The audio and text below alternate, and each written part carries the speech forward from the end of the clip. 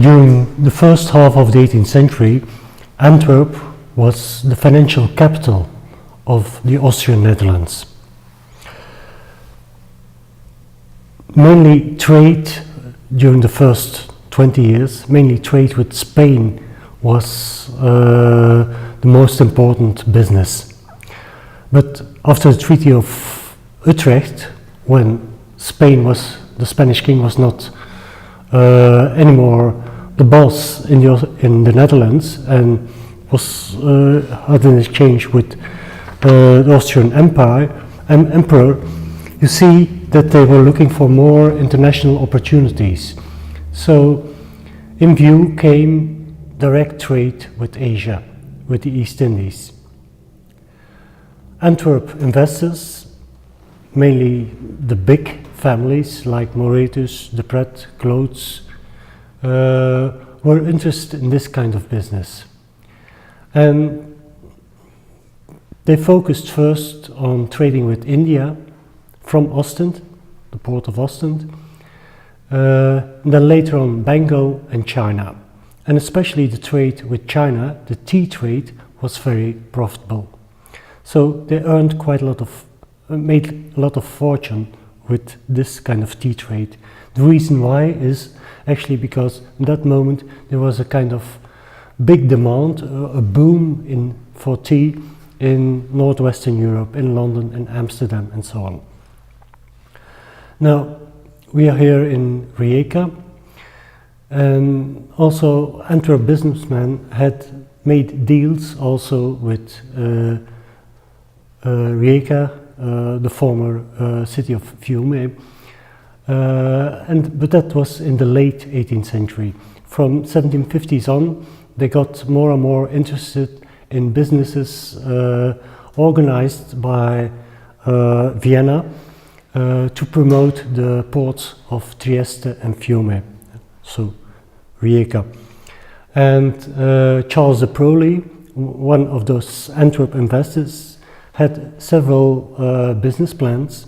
One was for building sawmills, he did that in Antwerp or neighborhood of Antwerp, but also of starting a shipping company, one that went to Asia and another one that stayed mainly doing business in Europe, the company of Trieste and Fiume. So this last company had his major base in Rijeka, and they started to focus also their business on sugar trade and sugar refinery. The first director was Urbano Arnold. He was actually a bookkeeper of the family De Prolly, and about 2/3 of the capital of that company came from Antwerp. So actually it was an Antwerp business abroad, you could say. The rest of the capital came mainly from Vienna, also a little bit of Dutch involvement.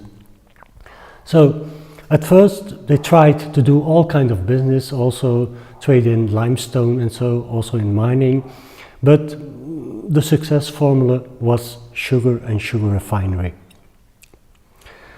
So the biggest shareholders, well, that was, like I said, the family De Prolly, but also the Moretus family. And the Moretus family we know very well because still nowadays all the records are kept of this company, of this family. Their ancestors were the family Plantin, and Christophe Plantin was a famous printer in Antwerp in early or in middle of the 16th century. So they became rich thanks to printing, and then in the 18th century they were involved also in this Ostend company, East India trade, tea trade, but they wanted to invest most of their money also abroad in lucrative industrial initiatives. So the whole Moretus family was actually involved in this company. So not only one not only the godfather of the family was a shareholder, but also the rest of the family got shares. So, because they were thinking it was a very solid investment. And when you look at the bookkeeping of this company, until the middle of the 19th century, they paid out to the shareholders always a very nice dividend of 4 to 5%. So for those years, in this period, it was a high dividend. So thanks to the company, a lot of Antwerp families became rich.